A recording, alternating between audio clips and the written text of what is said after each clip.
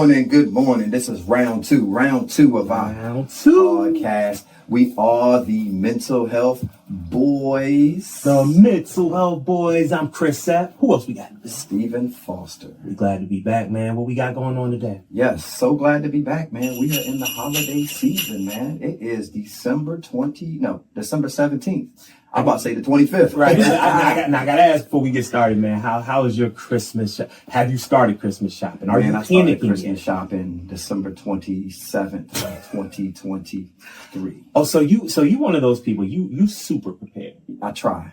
I am the opposite, my friend. Oh, really? Yeah. I just, as you know, I just realized Christmas was next Wednesday. So as soon as this podcast is over, I got to get on that. Facts. Yeah. Facts. But we hope everybody else out there is enjoying the lead up to the holiday season, up to Christmas, man. And whatever it is you may celebrate, we hope it's a joyous occasion for you. But what's the topic for today, man? Man, the topic for today is talking about one thing that is pretty interesting for me to talk about. Okay. And it is social media. Media. Social media is a very interesting topic because it's so influential, right? Absolutely. And I think what's really funny about social media is that if you look on both ends of the spectrum, there's a lot of good to it as well. Oh, yeah. Definitely. But I think a lot of times we don't really dive into the negative the way we should. And it's not to say that it should be taken away, but It's just sometimes it's good to be aware of some of the negatives of it so that you can kind of navigate it and be aware of how you're navigating it. Yeah. What is it? Too much of anything is too much sauce, right? Too much sauce. But yeah, so it's a lot. It could be very interesting. Like you said, very informative. We just sat here in the, what was it? So the computer, we were having difficulties with it. The first thing you did was you went on Google, boom, you pulled up a YouTube, and the guy was like, Hondo, this how you fix it right here. This is what you do. You know what I'm saying? And flip the thing right there. I was like, oh, that's the language I need right there. Yeah. So boom, took me 2 minutes. So, but leading up to this, man, I did a little research myself, man, because I think, like I said, we've all been involved in social media. I think, I won't say everybody, but 99% of people have at some point had a social media page, man. So let me read something to you real quick that I looked up. The average teenager spends over 7 hours a day on social media. That's almost a full work day spent scrolling. 7 hours a day. Now, 7 hours might not sound like a lot to certain people, but if you really think about it, think about everything for anybody here that has a job. Yep. Think about how much you do in a 7-hour time. So then I want you to flip that. Think about how much your child, or how much any child, or adults as well, but let's focus on the teenagers for a second, since that's what the fact was about. Think about how much they're exposed to during that time. Yeah. So I think when I saw that, I really wanted to kind of get into this because first of all, I didn't even realize that. And as you know, I have two teenagers now. I have a 10-year-old who has a cell phone, which that's a discussion for another day. I don't know if you discussion for another day, for sure. But we don't have to get into that. But I have two teenagers, and they are both, one of them more than the other one. My nephew, he just started blogging. And, that's another story for another day as well. But like I said, he's starting to get more open with, commenting, sharing, and asking for friends and asking people to comment on his page and stuff. He's no longer two-stepping. Right. He's no longer two-stepping, but he's also kind of having some of those negative experiences as well. Yeah. If you don't mind very briefly kind of jumping into something that happened recently, he posted his second vlog. Okay. He has a girlfriend. Okay. And, put all his business out there, but, he had a couple of girls that wanted to be in the video when he was doing that. So it led to kind of a little back and forth between him and his girl. And he was just like, well, I just don't understand why. And so I was trying to explain to him how, sometimes when you're on social media, you got to move carefully. That's right. And he was like, but I just don't understand. I should be able to do what I want to do. And, a lot of times social media can cause a lot of breakups. It can cause a lot of arguments, and it can cause a lot of negative situations, man. But I just wanted to touch on that. Have you? I know you have a couple teenagers. And I've actually had a lot of unfortunate experiences with my kids. Of course, my oldest is 24. Youngest going down to 2 months. Actually, about to be 2. So I know for the oldest, the 24-year-old, this is when things that came out like TikTok wasn't a thing. It was Vines. Vines. I definitely remember that. Yeah. like the little snake, hey, Yeah. it's Real hey, quick snake, videos, right? Yeah. So Instagram was really like the thing, and all kids stayed away from Facebook. Mm-hmm. Like if until you graduated from high school, you could not have a Facebook page. So corny, man. They did it for one hot day, seemed like, and then all the parents were like, oh, you don't know, that's what you look like. And they shut it down. Yeah. So what do you?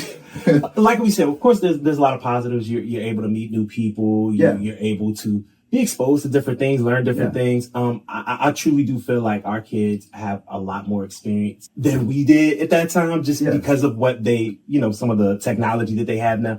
But one of the biggest negatives, in my opinion, is comparison. Yeah. I believe kids unknowingly, and even adults sometimes, like I said, this is a mental health podcast. So I feel like part of that is being vulnerable, and transparent. I've fallen into the trap. Even as an adult, sometimes I think it's very easy to get online and just say, oh man, like I was in school with this dude. Now he's up here. He's in Hawaii, or he's in the Bahamas, and him and his girl just bought this property. And it's very easy to be in a neutral state, and by the time you end up by the time you finish scrolling, you're feeling like you haven't accomplished anything. Left out. Your self-esteem has dropped. Your self-worth. Yep. You feel like everyone else is doing better than you. Yep. And oftentimes, what's the case for real behind those pictures sometimes? Oh man, it's an instantaneous shot, isn't it? Yeah, exactly. So I could be happy for 10 seconds. Exactly. I actually had, I watched a documentary on that, and one of the influencers, which I appreciate her being transparent, because a lot of them they feel that they have to live this fake life. Because they feel like, well, people know I'm struggling, or people know I didn't pay, I struggled to pay my bills last month. They're not going to follow me. So I can't be honest about that. I got a lot. So she even said, she was honest about it, and said, like, I would go on vacations, try to make the locations in that one vacation look so different that it looks like I'm in different places. She was like, and then I would just space the pictures out when I post them so that it looks like I'm on, vacation all the time. She said, the whole time, all of these pictures took place in like a 3-day time frame on a cheap vacation. Wow.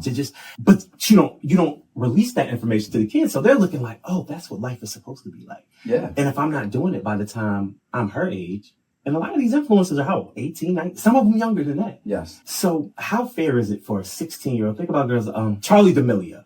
Okay. It was, this is not a knock to her at all.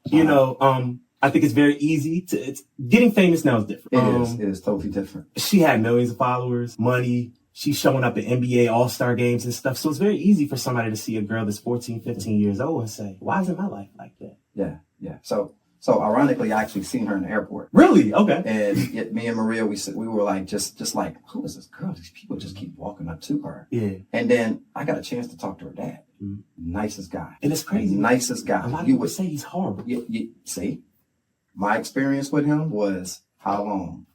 Hey, a lot of people would say that I don't know them or know him based on how they say or what they say. But that's another thing you got from him, Exactly. And that's another thing that we run into with social media is it throws subliminal messages, or it throws the wrong message about individuals. We're so quick to talk about other people other than ourselves. 100%. And, situations like that, because social media has created a platform for us to weaponize conversations. Yeah. And I mean, you see it all over. I mean, I hate to say this, we call it Twitter. Yeah. I mean, it used to be called Twitter. It's X. You want thick skin? Get you an X account and just start posting your philosophy or your perspective on things. They're going to come for you. Every time. One thing I learned about social media is that you will never, I think when you live in your bubble, it's very easy to believe that you can please everybody.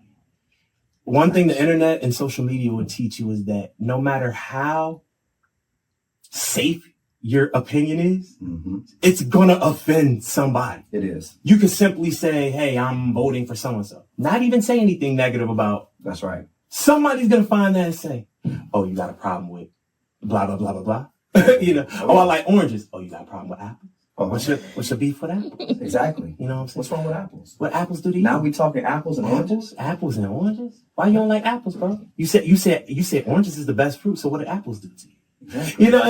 They come for what? Oh. Right. and you get to a point where now I don't know if you've ever been here. And like I said, just be transparent. Have you ever got involved in one of those back and forths online, and then you actually have to take a step back and say, what am I doing right Oh yeah, definitely. With the presidential election, not this one that just passed. I think it was for one. I'm not going to mention any names because we want to keep this, on the topic of mental health. So I did, and I actually found others around me that were getting so involved in it as well, man. You could see it. And it's just like, we're giving these individuals all of this energy when, truth be told, we don't see them. They just living rent free. Yeah. Right in that dome. So is it okay if I share some other information I found with you, man? Let's bring it back. Let's bring it back directly to mental health. There has been, and this is from Google, there is a positive correlation between time on social media and increases in anxiety, depression, body dissatisfaction, and then it states the comparison trap is caused by seeing curated, unrealistic lives all day as you scroll. I don't think we talk about that enough, man. Like, we don't talk, for starters, I think that mental health is something that we as a society, I think we were really behind the curve, man. Agree. I know oftentimes when I was, not necessarily my parents, but I know a lot of parents, growing up the way we grew up, if you said like, hey, I'm sad, I'm depressed. Okay, pray on it.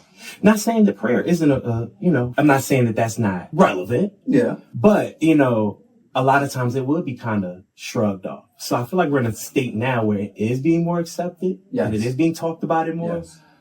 But because technology has increased, and because access to certain things online has increased, it's much more necessary that we do put an emphasis on it. Yes. Because I think we're exposing our children to a lot of things that we weren't even exposed to until we were much older and a little more mature to deal with those things. That's right. That makes sense. It makes a lot of sense. It's basically the norm. It's the Exactly. norm. The norm is to, at a certain age, be able to know what a tablet is and what it looks like. And I mean, if you ever seen a kid in middle school or even high school without a phone, oh man, they're just being joked. Yeah. They're just really, the kids are really frying them and everything. So the social norm or the norm, and that's what social media does. It created a norm for everybody. And so everybody follows that trend. So this is the ego. That's the ego that's talking. The ego says, I have to make sure I'm doing what I need to do to blend in with whoever I need to. Ego is more than just acting like Arnold Schwarzenegger with muscles. Talk to him. Into the chopper. Get to the charger. Yo, man, what are you? Are you me? I'm a clone. I'm you. I don't know if you ever hear this, man. Love you, dog. No disrespect. Man, Arnold is Get to the chopper. We don't ever want that brother to age, man. Oh no, I don't want no smoke. I don't want no that guy to smoke age. with Arnold. So, but yeah, for us, it's the ego is things. It's what we wear. It's what we watch. It's everything that we outwardly show people, an outward attestation of our life. Yep. That's the ego. So when we start going against the norm, then people start to look at us different. Like we're a bug in a jar or something like that, a specimen. And of course, we get laughed and joked. Agreed. One of the things that really made me kind of take a step back from social media is there's no empathy online because there's no consequences for your actions most of the time. So I feel like when you step into that realm, sometimes you're really, and that's why I'm always skeptical about, especially a lot of younger kids getting online because, and like I said, I hate to get into such a sensitive topic, but there were, my wife, my beautiful wife, was telling me about a situation where a young girl had got bullied online and she ended up doing something to harm herself. And she was in the hospital. Those same girls came back and took pictures of her and put them online to further, Lord. Yeah. And so who knows how that's going to impact her. I think something that's interesting is that we didn't have that when we were kids. We didn't really get heavy social media till we were probably in our early 20s, maybe late teens. Yep. So we don't know how kids how it's going to impact them going into adulthood because this is the first generation that ever had access to it at such a young age. Correct. And so it's almost like, and something that you said, a term that you used yesterday, what was it, surfing? Oh yeah, surfing. Yeah. So we're kind of just surfing and just kind of on the wave because we don't know. Because we're just getting social media as well. That's you right. know what I mean? This isn't something that we've had for generations, and we're kind of all learning as we go. That's right, and that's true. And technology is just like AI and everything else is really coming up. So I mean, it's like a lot of things that we're experiencing in life, it really comes from, like you said, social media. And so it is still shaping and molding us into the person that we pretty much becoming. So you could actually say that, I mean, back in the 90s, what, magazines, TV, I mean, those are the things that kind of like shaped us. I mean, we just had to go get that Word magazine, boy, and go put, you know, Heavy D and Jodeci. Go buy my Nas CD up from Kmart and get mad when I realized it was the edited version. I know, right? I hated that, man. Hated it, man. My goodness. Buying the single. Yes. You remember that, the cassette? Then you got the instrumental on You it. thought you had the whole CD up there. You was like, what? But no, it's a different time. Yeah. So they have that. They have what we had and more because it's a portal. They have it all. It's like they have it all. Yeah. And, you know, I like... No limitations. Yes. So I like when it's pointed in the right direction because they take a lot of the stuff that we did, stuff that that our fathers, maybe our grandfathers or grandmothers, whoever did, and they're really putting it together and trying to find, you know, themselves and create identity and the word creativity. So that's what I was thinking when it comes to social media. Social media can take away creativity. Yeah, absolutely. Because you're so busy, like you said, you're comparing, hey, the grass is green on that side, so gotta be like this. Yes. So you spend all this time and energy trying to be like somebody. Truth be told, if you're like yourself, the creativity juices start going. And you mentioned anxiety, you mentioned depression, you mentioned all of these things a person has when they're looking in social media. Well, you start looking at yourself and trying to find ways to really build your self-esteem up. Your anxiety will go down. Yeah. Of course, you already know depression and stress will go down as well. So, but it's all in accepting who you are as a person. I think that's a good segue because I wanted to ask you, I think it's always good that we give our listeners some tips and some strategies on how to improve. You may be one of those people that we're talking about. I know I've been that person where I scroll the social media, what do you call it? The algorithm it's intended to be addictive. It's intended. That's why YouTube Shorts became a thing. That's why now I'm not on Instagram, but when I was in the past, there used to not be shorts, but now there are shorts because they want to look at what you like this, you like this. All right, then we got you. Yeah. I've been in situations where I've been on TikTok and say like it's 10 o'clock and I'm like, oh, okay, wife sleep, no games on. Let me just see what's going on. I look up. Next thing you know, I done been in 3 arguments. I done got myself upset. I done got myself happy. They trying to make me cry with these soldiers coming home. But now it's 12:30. I gotta be up at 6 o'clock in the morning. I just wasted 2.5. It's an addictive algorithm. So, can we kind of maybe give our listeners some tips that if they are somebody that is maybe falling into that trap, what are some things that you can do to get yourself out of it? And if you don't mind me starting, I'll say one of the first things that I had to do was actually, I'm big on, and I think we've talked about this, I'm big on writing things down. Like, so if I do it, I can check it off or something like that. So I started getting big on schedules. So I started telling myself like, okay, no matter what you do at 10, you're going to lay it down, ask your wife how her day's going or this, that, and the third. And when I do it, I would actually check it off. It sounds silly, but I got something from it. It felt good. So like, I would force myself to say like, okay, all right, this is my cutoff today. And give yourself something like visuals are big for me. It might not be for you, but try it. Write it down, check it off when you do it. So like say you do get off at 10 o'clock, you can check it off and it feels good. Like you say, okay, you know, you're following a schedule, whatever. Did you have any tips you might want to? Yeah, that's actually really good. Thank you. Yeah. Good stuff there, Mr. Sapp. I think that I kind of call it like trimming emotional fat. You know, it's just like there's just a bunch of feelings that we just have that we just don't need throughout the day. And truth be told, they can actually dictate or determine what kind of day we can have. One thing that I've kind of done to eliminate that was as soon as you open your phone up, boom, as soon as you open that thing up, if you got a social media app on the home screen, take it off.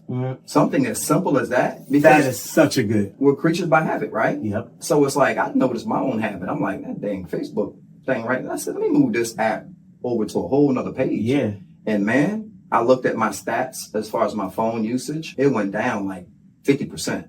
And so in the process of me doing that, it just became like a norm not to look at it every day. You know, I mean, I might have missed out on birthdays and stuff like that, but I mean, I apologize in advance, but They be alright. yeah, I mean, but still, you know, I mean, it helped me realize that, you know, this thing is consuming me, and I don't want it to do that. So I used to be that guy that used to be on social media a whole lot. I mean, Because it was easy. yeah, I mean, you know, for me, my comfort level, and that's another thing. Find your comfort level versus your productivity. Being busy isn't busy. Being busy is always a good thing. Yeah. You want to be busy and productive. Yeah. So if you're busy is not productive and you're trying to figure out why it isn't, then that's one thing that you could start doing. Love that. I go even further. Shoot, if you really want to start to cut down, how about this? Every time you finish using the app, delete it.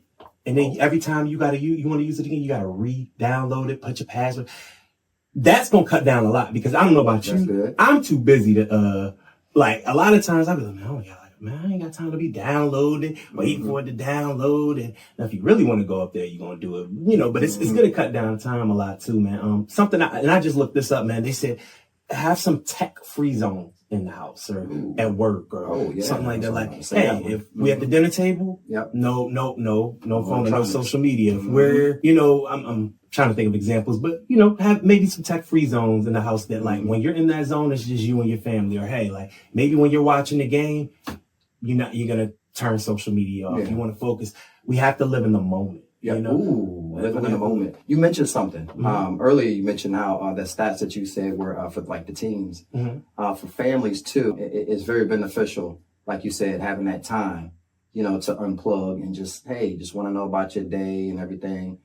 Because like you said, I mean, you can actually become, the teens can become engulfed in it. And it's important for us as parents to, hey, look, you know, phones down, this is what we're going to do. We're going to sit and we're going to talk, or we're going to eat dinner or whatever. You know, like you said, have that time period dedicated to organically just hanging out with each other, playing a game or something. Absolutely. So yeah, thanks for bringing that up. Absolutely, man. I wanted to, one of my last tip I wanted to say was something that I had to learn, because I mean, I'm not gonna say we old. We ain't old. We young. You know what I'm saying? But we're older. Yeah. You know? Yeah, we are. So I had to, you know, learn, but I was watching somebody say like so I watched a little video, you know, cause we like to prepare before we come in here, y'all. So I watched a little video on how to improve your social media experience. And the guy was like, change your algorithm. Ooh. And it hit me. There was a time where I would go online and I would argue with people. Like somebody would be like, oh, well, you know, these guys are thugs, and I'd be like, you know, they're not thugs. How dare you know? Don't judge them. Yeah. So I'm commenting, I'm going back and forth. And what the algorithm does, they say, okay. The algorithm doesn't look to see if your comments are negative or positive. Nope. They say you engage on these. So you know what I started getting? A whole lot of those videos, basically where I felt like the people were attacking me. Yes. And I kept falling. Like, I almost feel stupid sometimes when I look back at it, because you don't realize it's happening. And it's just like every time you scroll, you just got finished with an argument. You go back and forth with somebody and you're like, all right, you know what? I'm done. And you scroll up and it's another video. The exact same type of comments. Yep. And you fall into the trap again. Yes, you do. And then I look back like, you know what I could have did with that hour? Ooh. We could have been bowling for that hour. Oh, yeah. You know what I mean? But I'm arguing with people that I don't even know are real. Yeah. Somebody bots them online, but that's another discussion too for another day. Yeah, definitely. You know, but we hope that you guys take some of those tips and try to apply them, because a lot of times you don't even realize that you're falling into the quicksand. So I would challenge you to maybe just look in and see, do I have days where I don't go to sleep until 2:30 because I'm online arguing with some guy that I'm talking about myself, y'all.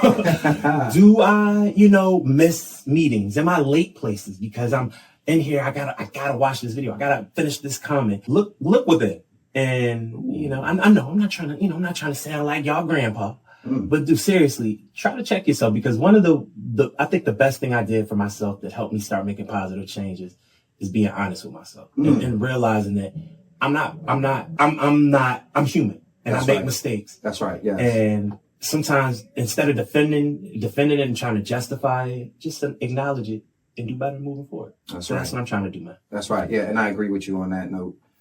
So, you know, it's just like what Chris was kind of like saying to me, is self-inventory. Start to really look at the inventory within yourself. Like Resident Evil. Yeah. I know, right? To the inventory. To the inventory. But it can be very difficult for a person really focus on that if you're focused on comparing how you are with everybody else. So, take some time to really start doing inventory of yourself. And it's okay to be hard on yourself, but it's okay to also, have pity, but be humble about it. And what I mean by that is understand that the way up is down. Sometimes you're going to have to shed some emotional weight in order to, appreciate where you are in your life. You look at things different. Chris mentioned being in the present state. We call that mindfulness. So it is great to be in a present state, to be mindful, because it grounds you. It helps you to keep your 10 toes down, as we say, and it also helps you to, gain perspective outside of your emotions. Because when you shed them pounds, the emotional pounds, you'll find out that you can explore your emotions a lot more freely without them rising inside of you and you becoming this monster or slime or whatever it is. So just really start to really look into yourself and find out and see why or what is the benefits of social media for you. And if you feel like it is not working, then hey, it's okay to give it the deuces. I promise you ain't missing out on nothing. Absolutely. And last but not least, I just wanted to say this. If you do take a break from social media, try to find something. Do not be afraid to venture out into something you've never done before. Hey. My homeboy started playing pickleball. Oh, yeah. I don't know what that, but hey, I hear about that. He's loving it. I want to do that too. He's having fun. That's what's up. You know what I mean? And he would have never done it, but he was like, I just wanted to do something productive with my time. That's what's up. Love it, man.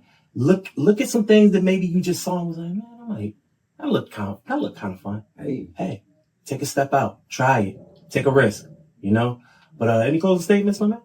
No closing statements. I mean, I like to talk about this again because this is absolutely. We ain't even gone to video games because video games, that's a part of social media too. But still, maybe that's another day. We'll see. But regardless, we'll have to talk to our amazing coordinator, Miss Kimber, see if she can fit that in our busy schedule. But we got a lot of things to talk about with y'all, man, and hopefully y'all will be along with us for the journey. Yeah, definitely, man. Kimber keep us locked in, man. Always, man. Kimber, man. Kudos to her. We love you, Kim. Bruh, let me tell you. Go ahead and throw that advertisement down at the bottom of this one here, Kim. Yeah. Do what you gotta do, man. Look, man. She deserves it, man. She deserves. She deserves. Seriously, y'all don't understand.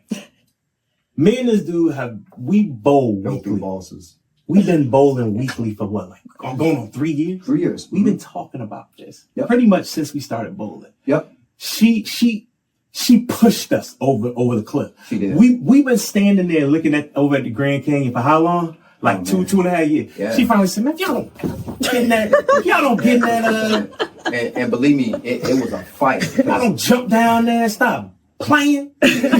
I sounded like Emmett. When you get told Emmett to do something, Emmett just be like, he be talking. I was like, oh, wow, I do that. I had every excuse in the book, that, man. Yeah. I had every excuse in the book. Yeah. And then until she linked the thing to my email. Look, yesterday I was doing notes. I think said 10 o'clock tomorrow, boy, you better be there. That's right. I'm gonna be there. But we appreciate Kimber, man. But hey, for the mental health boys, like I said, episode 2, we got plenty more to come. Signing off from your boy Chris. Hey, your boy Steve. We out of here. Deuces. Till next week.